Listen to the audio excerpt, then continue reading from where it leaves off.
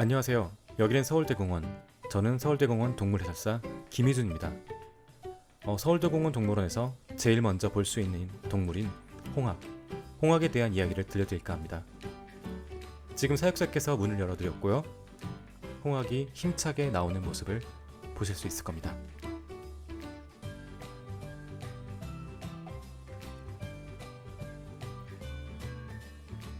홍학은 온대지역, 열대지역, 따뜻한 곳에 물가에 모여 사는 동물입니다.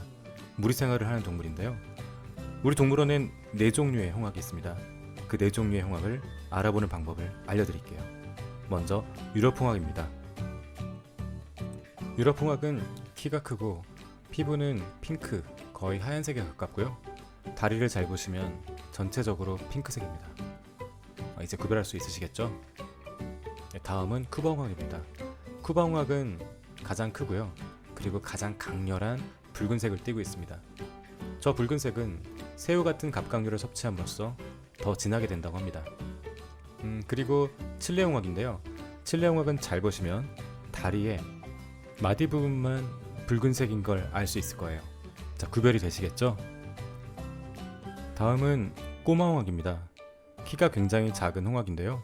얼핏 보면은 어린 새끼 홍학인 것 같아요. 그러나 이미 다 자란 모습이고 키는 약 1m 정도 됩니다.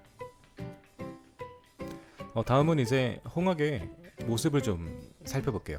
먼저 부리입니다. 부리가 구부러져 있는데요. 좀 더 자세히 볼까요? 네, 자세히 보니까 빗살무늬 같은 무늬가 있어요. 이것은 자연 습성에서 물속에 있는 조개류, 갑각류, 연체동물 같은 생물들을 물을 걸러서 먹기 위한 구조입니다. 실제 이렇게 동물원에서 이런 습성을 보이고 있는데, 물론 동물원 연못에 그런 생물들이 있진 않아요. 모두 사료를 먹습니다. 이제 날개짓을 하고 있네요. 근데 날개를 좀 잘 보실까요? 겉에 보이는 핑크색이나 붉은색 깃털 외에 안쪽에 검은 깃털이 보입니다. 이것은 무슨 깃털일까요? 네, 날기 위한 비행을 위한 깃털이에요. 홍학의 깃털은 나는 것뿐만 아니라 몸을 따뜻하게 하고 친구들과 의사소통을 하는데 매우 중요한 것입니다. 그래서 몸을 깨끗하게 이렇게 목욕도 하고 털을 고르는 것은 굉장히 중요한 일입니다. 목이 굉장히 자유롭게 구부러지죠. 뼈가 굉장히 많기 때문에 이렇게 구부릴 수가 있습니다. 자, 홍학의 걷는 모습을 좀 볼까요? 걷는 모습이 무릎이 구부러지는 게 좀 우리랑 다르죠. 반대로 구부러집니다. 실제 이것은 무릎이 아니라 홍학의 발목이에요. 발목이 좀 높은 데 있죠. 자, 이렇게 쉴 때는 따뜻한 깃털 속에 목을 파묻고 있거나 아니면 깃털이 없는 다리가 춥기 때문에 깃털이 많은 쪽으로 이렇게 다리를 올려서 쉬기도 합니다. 다리가 길어서 이 홍학은 얼굴을 긁고 있네요. 네, 이렇게 평화롭게 야생의 모습처럼 동물원 연못에서 홍학의 습성을 보이고 있습니다. 이제 홍학의 번식, 네, 어린 새끼 홍학 한번 찾아볼까요? 자, 지금 걷고 있는 가운데 있는 모습의 홍학이 어린 홍학입니다. 어떻게 알 수 있냐고요? 모양은 거의 성체랑 비슷한 크기인데 깃털을 좀 보세요. 이것은 둥지입니다. 둥지는 바닥보다 약 30cm 정도 높게 짖습니다. 이유는 땅의 지열을 막고 또는 홍수를 막기 위함이에요.